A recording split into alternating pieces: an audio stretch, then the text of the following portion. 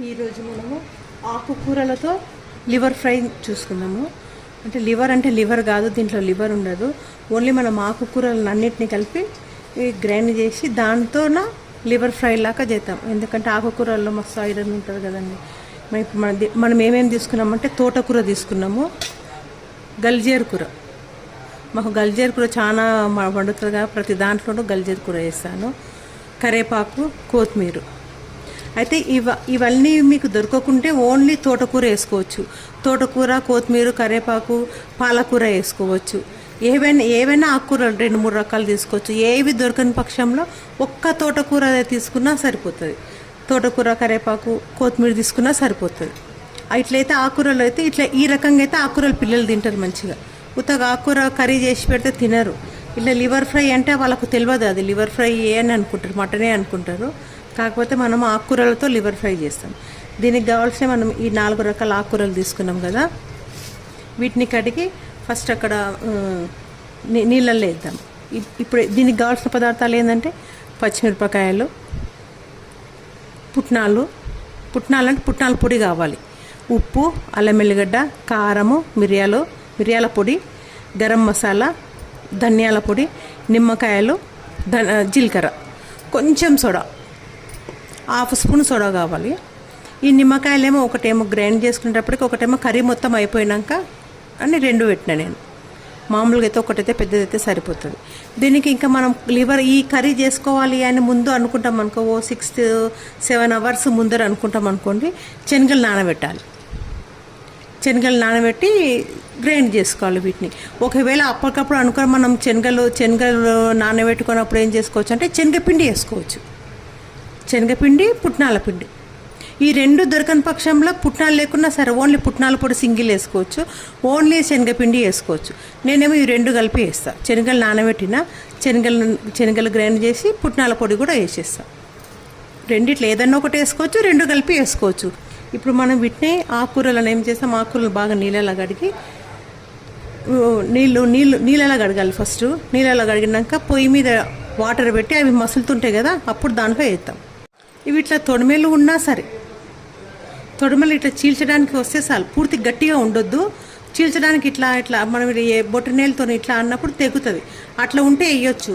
కొన్నేమో ఇట్లా తెప్పినా కానీ తెగవు, నార చీల్చకపోతే, అటువంటివి వేయొద్దు. ఇట్లా చేతిని ఇలా అన్నప్పుడు ఈజీగా తెగినవి మాత్రమే వేయాలి. ఇట్లా నార వచ్చిన వేయొద్దు. ఇది ఇంకా ఇట్లా తెంపితే బొట్టనేలతో ఇట్లా తెగాలి ఈజీగా, అటువంటివి అయితే వేయచ్చు. ఇప్పుడు తోటకూర ఉంటుంది. తోటకూర నేను ఎర్ర తోటకూర తీసుకున్నా, తెల్ల తోటకూర తీసుకోలేదు, ఎర్ర తోటకూర తీసుకున్నా. ఎర్ర తోటకూర చాలా రుచి వస్తుంది. ఇది ఇట్లా అంటే ఇట్లా తెగాలి. ఇట్లా తెగినవి అయితే మీకు గ్రైండ్ చేసినా కానీ మంచిగా నార లేకుండా మంచిగా వస్తాయి. కొంచెం ముదిరిన గ్రైండ్ చేసినా కానీ అవి గ్రైండ్ కావు. ఇవి నేను కడిగి గ్రైండ్ చేస్తాను. కరివేపాకు కూడా వేసేస్తుంది. నీళ్ళు పెట్టినాం కదా, ఇప్పుడు దీంట్లో ఉప్పు వేస్తాం, కొంచెం ఉప్పు. నీళ్ళు మసులుతున్నాయి కదా, ఇప్పుడు దీంట్లో ఈ ఆకుకూరలు వేసేద్దాం. అన్నీ దీంట్లోనే ఉన్నాయి, మనము ఆకుకూరలు మొత్తం దీంట్లోనే వేసినాం. తోటకూర, గల్జేరు కూర, కరివేపాకు, కొత్తిమీర 4 రకాలు వేసినాము. 2 నిమిషాలు మూసి పెడతాం. ఒకసారి కలుపుదాం. ఇది కారాలు కొంచెం మెత్తబడ్డాక తీసేయచ్చు.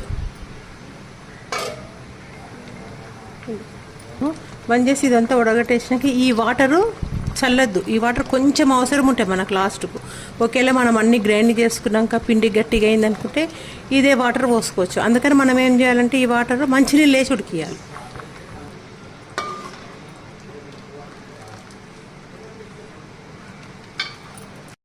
ఇప్పుడు మనము ఈ శనగలు, పుట్నాలు 2 గ్రైండ్ చేద్దాం. ఫస్ట్ ఇది గ్రైండ్ చేద్దాం. పుట్నాలు గ్రైండ్ చేసినాక పుట్నాలలోనే ఈ శనగలు కూడా వేసి గ్రైండ్ చేసేద్దాము. దీంట్లో మనం ఇది వేసినాక తోటకూర వేసేద్దాం. తోటకూర వేసి గ్రైండ్ చేద్దాం. కొంచెం వేద్దాం, ఒక్కసారి తిరగదు. ఒకవేళ మనం శనగపప్పు నానబెట్టుకోకుండా ఉంటే మనం శనగపిండి వేసుకోవాలనుకున్నాం కదా, అయితే శనగపిండిని కొంచెం శనగపిండిని వేయించాలి. ఫస్ట్ కొంచెం లైట్గా ఇట్లా వేయించాలి. వేయించి దాంట్లో వేసి గ్రైండ్ చేయాలి, లేకుంటే అది పచ్చి వాసన వస్తుంది, శనగపిండి వాసన. కొంచెం కొంచెం కొంచెం ఇట్లా శనగపప్పు నానబెట్టిందనే వేసుకోవచ్చు, శనగపిండి అనే వేసుకోవచ్చు. శనగపిండి అయితే వేయించాలి. నేను శనగపప్పు వేస్తున్నా, కాకపోతే శనగపిండి ఎలా వేసుకోవాలనేది మీకు చూపిస్తున్నా అంతే. శనగపిండి ఇదేమి వేయను నేను, శనగపప్పు వేస్తా. వేయించుతుంటే అప్పుడే శనగపప్పు వాసన వస్తుంది, అప్పుడు బంద్ చేసేయచ్చు. ఇట్లా వేసేయాలి దాంట్లో. ఇప్పుడు నేను ఇదేం వేస్తలేను, కొంచెం ఎదిగింది. దీంట్లో జీలకర్ర వేద్దాము. ఇది అల్లం వెల్లిగడ్డ, ఒక స్పూన్ ఉప్పు, కొంచెం అంటే ఒక స్పూన్. నేను ఈ చెంచాతో ఈ స్పూన్తో వేస్తున్నా. లెక్క చూసుకోండి మీరు, కరెక్ట్ లెక్క చూసుకోండి మీరు. హాఫ్ స్పూను కారం వేస్తున్నా. మిరియాల పొడి హాఫ్ స్పూన్ వేస్తా, మిరియాల పొడి కూడా హాఫ్ స్పూన్.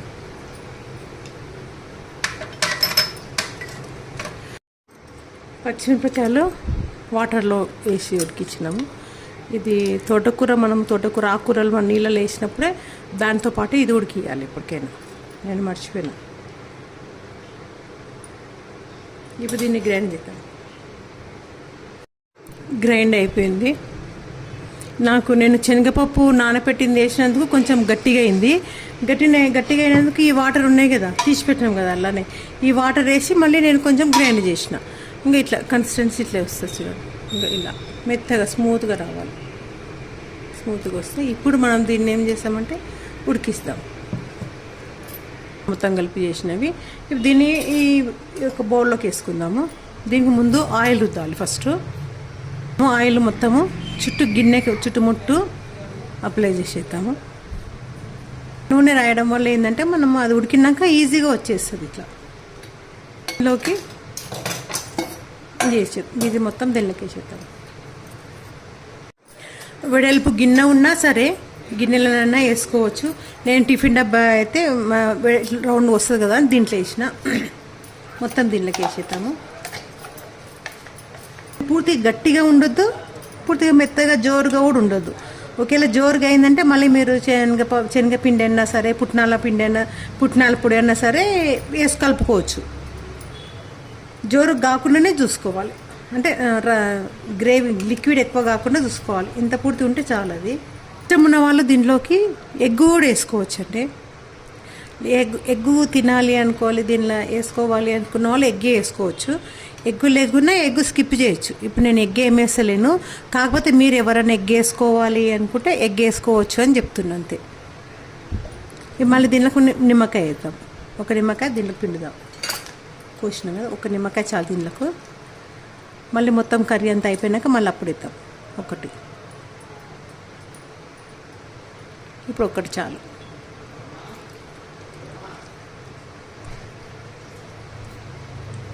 ఇత్తనాలు లేకుండా ఇట్లా ఉడగట్టి ఇది పక్కకి పెట్టాలి, తీసేయండి. పించు అంటే 2 పించులు సోడా అంతే. దీంట్లో 2 కలపాలి, బాగా కలపాలి. ఎందుకంటే ఈ పులుపు అనేది కూడా మొత్తం కూరకు పడుతుంది, దానికి పడుతుంది. ఇంకే తింటుంటే మనకు కొంచెం పుల్లగా ఉంటుంది అన్నట్టు. మనం కర్రీలో మీద వేసుకుంటాము, కాకపోతే అది కొంచెం నాలుకకి తగిలినాక అంత పులుపు ఉండదు. ఇది ఈ కర్రీ దీంట్లోనే వేసి మనము నిమ్మకాయ వేసి ఉడికిస్తే అది ముక్కకు మొత్తం అతుక్కుంటుంది అన్నట్టు. ముక్కకు మొత్తం ఉంటుంది, పులుపు అనేది ఉంటుంది. ఇప్పుడు దీంట్లో ఉప్పు కారం కొంచెం చూసుకోవాలి. మనము చూసుకొని మళ్ళీ పోరింపులే అప్పుడు వేసుకోవచ్చు. ఉప్పు తక్కువ ఉంది, కొంచెం ఉప్పు వేసుకోవచ్చు. అప్పుడు సగం స్పూన్ వేసినాం కదా, ఇంకొంచెం స్పూన్ వేద్దాము. ఇంకా సగం స్పూన్ వేసిన. కొంచెం మిరియాల పొడి కూడా మళ్ళీ వేస్తున్నా. ఇంకా సగం స్పూన్ మిరియాల పొడి, ధనియా పొడి దాంట్లో వేసి గ్రైండ్ చేసినాము, అయినా మళ్ళీ దీంట్లో వేస్తున్నా కొంచెం గరం మసాలా. మళ్ళీ ఇవన్నీ మళ్ళీ పోరింపులు మళ్ళీ వేస్తాం. ఇది మొత్తం కలుసుకునే వరకు మంచిగా కలపాలి. ఇవి మనము ఇడ్లీ కుక్కర్ ఉంటుంది కదా, ఇడ్లీ కుక్కర్లో కూడా పెట్టుకోవచ్చు మనము. లేకుంటే ఒక గిన్నెలో నీళ్ళు పోసి దాంట్లో ఒక ప్లేట్ వేసి దాని మీద ఇది పెట్టాలి. గిన్నె పెట్టాలి. గిన్నె పెట్టి మూత పెట్టేసేయాలి. ఒక 10 మినిట్స్ ఉడికిస్తే చాలు. అంటే డైరెక్ట్ స్టవ్ మీద కాకుండా ఇడ్లీ ఉడికించినట్టు ఉడికియాలి. ఇది ఇడ్లీ ఏమో మన ప్లేట్లలో వేస్తాం కదా, ఇది ప్లేట్లలో కాదు. ఈ గిన్నె ఇట్లనే పెట్టాలి. దానిలో మూత పెట్టినాం కదా. ఇప్పుడు మనము కుక్కర్ గిన్నెలో నీళ్ళు పోసుకునే చూపిస్తాం. ఇంకో ఇలా కుక్కర్ గిన్నె పెట్టుకోవాలి. కుక్కర్లో కొంచెం వాటర్ పోయాలి. మనం ఇడ్లీకి ఎట్లా పోస్తామో అట్లా నీళ్ళు పోయాలి. దీని కింద ఒక బేస్ ఉండాలి కదా. ఇప్పుడు మనము ఇది కూర్చోబెడతాం కదా, ఇది కూర్చోబెట్టేందుకు ఒక బేస్ కావాలి కాబట్టి నేను ఈ గిన్నె పెట్టిన, గిన్నెలో నీళ్ళు వేసి పెట్టిన. ఇది అక్కడ ఇక్కడ తొలగకుండా ఇది దీన్ని ఇట్లా పెట్టేద్దాం. విజిల్ ఏం పెట్టలేదు నేను. ఒక 10 మినిట్స్ చూద్దాం. కరెక్ట్ 10 మినిట్స్ అయింది. బంద్ చేసిన. ఇప్పుడు చూద్దాం, ఓపెన్ చేసి చూద్దాము. ఒకవేళ అయింది అంటేనేమో తీసేద్దాం, కాలేదు అంటేనే మళ్ళీ పెడదాం. చూద్దాం. 10 మినిట్స్ ఎట్లా ఉడకలేదు, మళ్ళీ 5 మినిట్స్ పెట్టి చూద్దాం.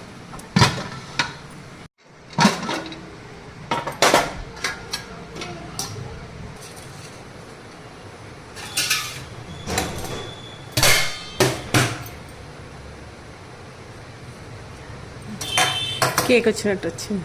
చిన్న క్యూబుల్లాగా కోసుకోవాలి. మనము బయట కొనుక్కొచ్చిన లివర్ ఎట్లుంటుందో చిన్న కోసుకోవాలి. కొంచెం సోడా వేసినందుకు ముక్క మెత్తగా ఉంటుంది.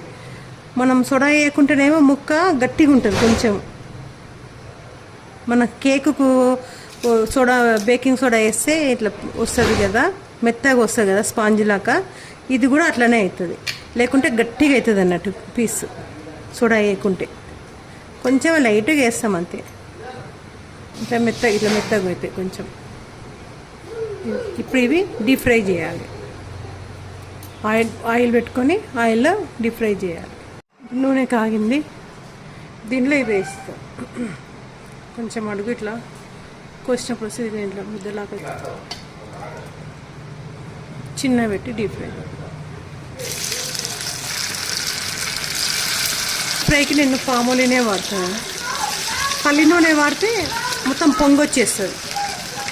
మనం ఏమన్నా పల్లి నూనె పెట్టి ఇట్లా దేవుదాము నూనెలా ఫ్రై చేద్దాము అనే వరకు మొత్తము పొంగొచ్చి బయటకు వచ్చేస్తుంది. పల్లి నూనె ఎప్పటికీ డీప్ ఫ్రైకి పనికిరాదు.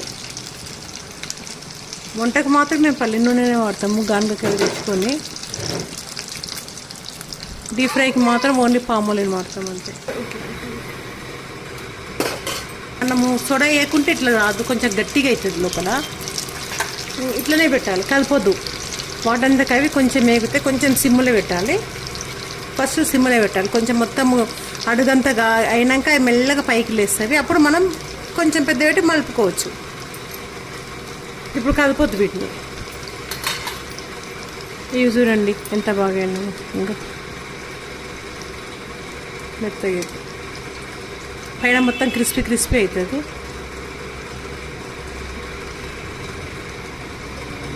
సేమ్ లివర్ లాగానే ఉంది. ఆకుకూరలు పిల్లలు ఎట్లా తిన్నారు, అస్సలు తినమని చెప్తే అంటారు. ఇట్లా వేసి పెడితే వాళ్ళకు అట్లా ఆకుకూరలు తిన్నట్టు ఉంటుంది. ఏమనుకుంటారు, ఆ లివర్ తిన్నాము అనుకుంటారు. ఆకుకూరలు డీప్ ఫ్రై చేయొద్దంటారు. కాకపోతే ఈ రకంగానైనా ఒక రకమైన టేస్ట్ వస్తుంది పిల్లలకు అంతే. ఏదో కొత్త రకం వంటలాగా తెలుస్తుంది మనకు. అప్పుడే వేగినట్టు సిమ్లోనే పెట్టాలి. ఇప్పుడు మనం కొంచెం పెద్ద పెట్టాలి మంట. ఇప్పుడు మెల్లగా ఒక్కొక్కటి మలపాలి.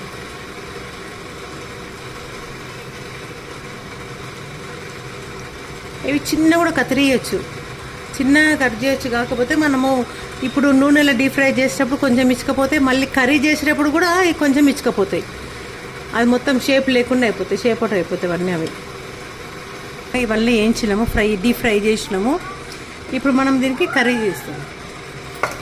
డీప్ ఫ్రై చేసిన ఆయిల్ ఉంది కదా, ఇదే పోయించాం కొంచెం. మొత్తం గ్రేవీ ఎక్కువ కావాలి అనుకుంటే ఆనియన్స్ ఎక్కువ వేసుకోవాలి. కర్రీలో గ్రేవీ అవసరం లేదు, కొంచెమే ఉన్నా సరిపోతుంది అనుకుంటే కొంచెం చాలు. ఉల్లిగడ్డలు నేను 3 తీసుకున్నా, ఈ సైజు 3 తీసుకున్నా. ఇంకొంచెం పెద్ద సైజువి ఇంకొన్ని 2-3 ఎక్కువ తీసుకుంటే సరిపోతుంది. గ్రేవీ ఎక్కువ వస్తుంది. కొంచెం అల్లం ఎల్లిగడ్డ, ఎందుకంటే మనం దాంట్లో వేసినాం కాబట్టి దీంట్లో కొంచెమే వేస్తున్నా.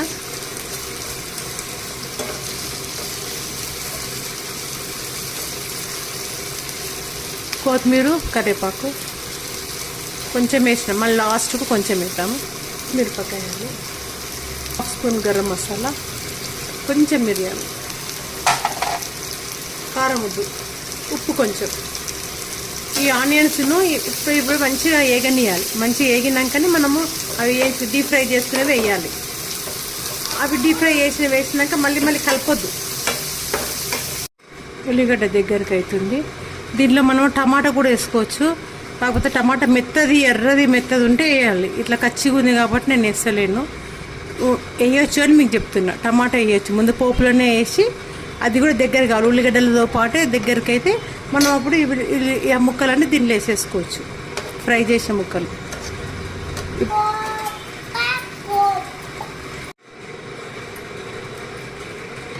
లివర్ ఫ్రై రెడీ అయింది.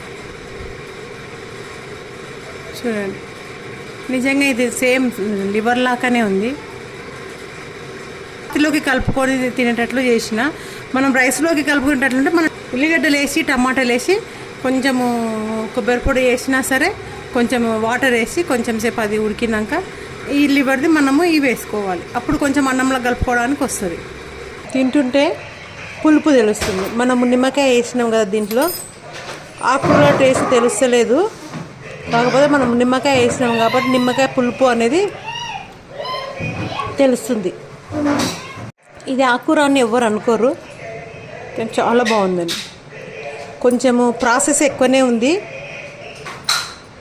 ఇది చేయడం వర్క్ కూడా ఎక్కువనే ఉంటుంది. కాకపోతే టేస్ట్ చాలా బాగుంటుంది. లివర్ ఫ్రై, తోటకూర, గల్జేరు కూర, కొత్తిమీర, కరివేపాకు 4 కలిపి చేసిన లివర్ ఫ్రై. నచ్చితే లైక్ చేయండి, షేర్ చేయండి, సబ్స్క్రైబ్ చేయండి. థ్యాంక్స్ అండి.